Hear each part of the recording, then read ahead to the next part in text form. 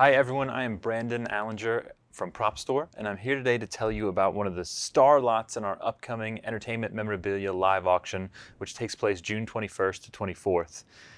This is a real prize. This is a genuine X-wing fighter model miniature made by Industrial Light and Magic in late 1976 or early 1977 for the very first original Star Wars film.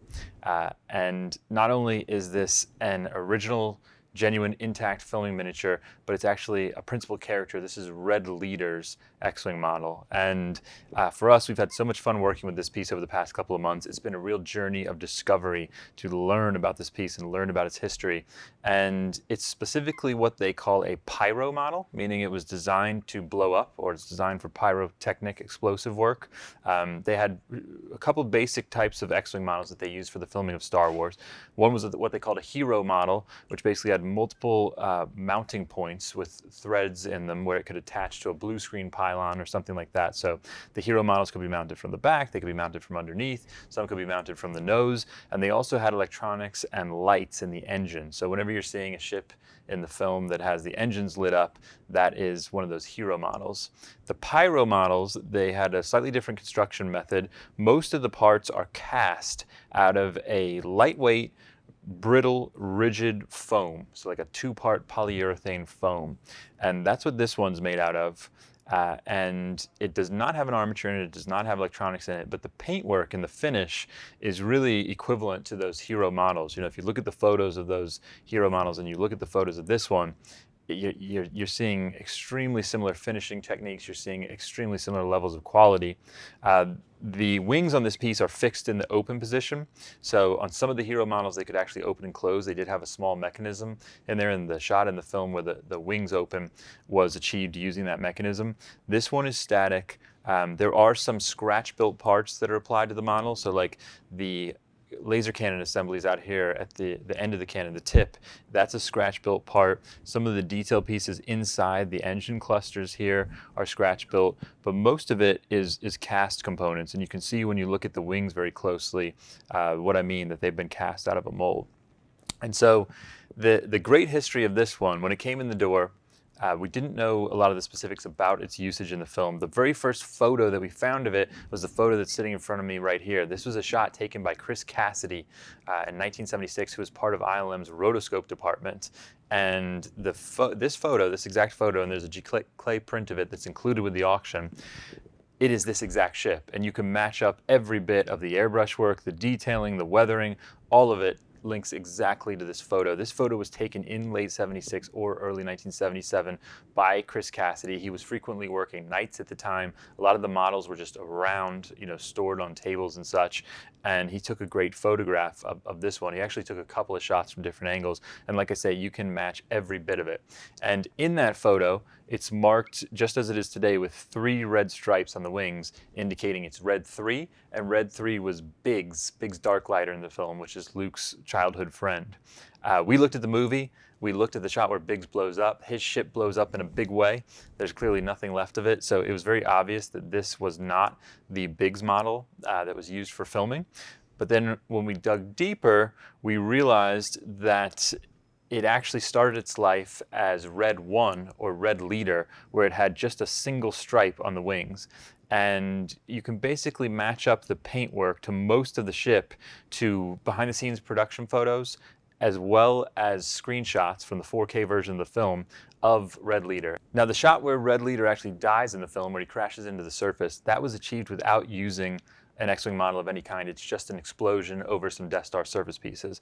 But the shot where Red Leader is hit in the engine by Vader's TIE, the lasers from Vader's TIE, that was done with a model, with this exact model. And they basically set off a charge behind it that did not blow up the ship, didn't disturb the ship. And there's behind the scenes 16mm documentary footage that exists of the filming of that shot where you see the charge go up behind this model. You can tell there's only one stripe on the wing, so it is Red 1, and you see that the model remains perfectly intact. And so essentially this model was used for that shot as Red 1, and then because it wasn't destroyed in the filming of it, they were able to redress it as Red 3. And when you come in and you look very closely at the stripes on the wings, you can see that 2 of the 3 stripes are a slightly different shade of red, and they're painted in a slightly different style than the original stripe. So you can kind of reverse engineer it to understand the history of the piece, that it began life as Red 1, also known as Red Leader, and was later redressed into Red 3. And when they made it Red 3, they did a little bit of additional paintwork as well. So there's things like the panel up here, which was initially the same base gray color as the main hull of the fuselage, has been kind of painted a purple or taupe color. And then there's other panel work on the side here. There's like a dark rust color. There's a blue color. That's all been introduced during the process of converting it to Red 3. Much of the paintwork that's on the top of the fuselage here and on the wings is exactly as it was when it was the Red 1 or Red Leader model. And again, there's some great behind the scenes stills, which you'll be able to see on our website, where you can match up all the paintwork on the ship to images of it both as Red 1 and then later as Red 3. So to be able to put together, that kind of photographic history and to see it in multiple production photos, there's one shot with the model in front of a blue screen where you see the top side very well. There's another side where the model is being worked on by one of the model makers, David Jones, and you see the underside very well, and you can see the decals are in exactly the same place. You can see all this very detailed, fine airbrushing lines up exactly. And then you can piece together the history of this thing, and you can understand, again, that it was converted from Red 1 to Red 3. So why is this so significant? A, because it's an X-wing. An X-wing is just absolutely one of the signature starships of the movie. I would say it's sort of a toss-up between this and the Millennium Falcon as to what is more memorable. And B, it's the only one from the first film that is intact, original paintwork, not reassembled, not components, not parts and pieces, but a true filming miniature that is virtually undisturbed from its original state 45 years ago at Industrial Light and Magic, and that is just remarkable. I mean, it is a piece of true Star Wars history, film history. When people talk about Star Wars, they talk about the visual effects and they talk about the overall design aesthetic and how successful both of those were, and this X-wing model really embodies those two elements. I mean, for someone like myself, I'm a huge Star Wars geek, of course. Just to see it still exists and to see it in the flesh is an amazing thing. So in addition to the screenshot, the shot in the film where you see Red Leader hitting the engine and you can match the model exactly, the Chris Cassidy photo, which I touched on, that shows it as Red 3, some of the other production photos that show it in the model shop as Red 1, there's a great series of photos that's well known to Star Wars fans, and I'm going to show one here. This is in a children's book that was released at the time on the making of the movie. This is very nostalgic for me because I used to check this book out at the library, but there's a section in here on the spaceships and how ILM brought them to life using model miniatures, and there's a very famous photo here of John Dykstra, the effects supervisor, with a lot of the models lined up on a table, and there's actually 7 different models in this photograph, and this exact X-wing is number 4 in the lineup. And there's different variations of this photo that have circulated in books and online that people have seen in the past.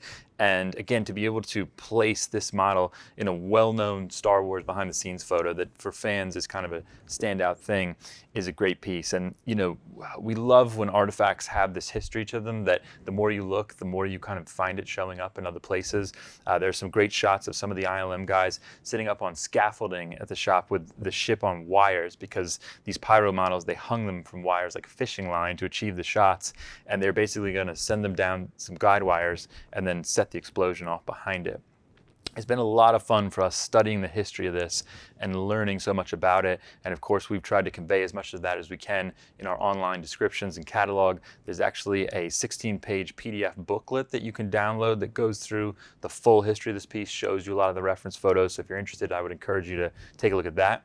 In addition to the great history of the piece that I've been talking about, I really want to speak for a minute about just the artistic quality and the visual aesthetic of the model itself. And when you come in and you look at it in close-up, which of course we'll show you some close-up shots here, the paintwork on it is just fantastic. It's all these very subtle colors, very subtle airbrush work to simulate burns and space debris and whatever the damage on the sort of boilerplate surface may be.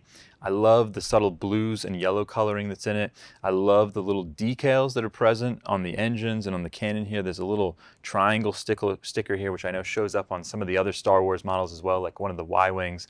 The detailing is really fantastic. You know, the R2 figure is something that they sculpted at ILM.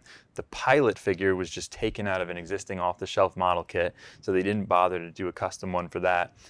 There's detailing in the cockpit itself. Of course, there's no glass in the cockpit because glass would create reflections, which is problematic for the effects work. So the cockpit is just open air. There's no glass in it. And then on the back, in addition to being able to hang the model from wires, they basically have a hole that's drilled in the back of it, and you know they just ran rods through these things when they were working on them. So you see workshop photos, for example, of Joe Johnston painting X-wing models, and they're basically just set up on C-stands, and that's how we've set this one up on a custom display stand. There's just a rod that runs through the body of the fuselage, and the model's extremely lightweight. It's kind of fascinating to handle it. It's lighter than you would even imagine it to be, and that's just a result of the casting compound that they use, this extremely lightweight, brittle foam that was designed to explode well on film. So in talking about how high quality the paintwork is on this model, I want to highlight that there were a few different grades of X-Wings made for the film. So I talked earlier about the hero models. This is what we'd call a high quality pyro model, and they only made a limited number of these, maybe 6 or 7, that were each a specific ship in the film, and they were probably made first alongside the hero models. And the paintwork, the overall construction aesthetic, is basically as good as, or very close to as good as, the hero models.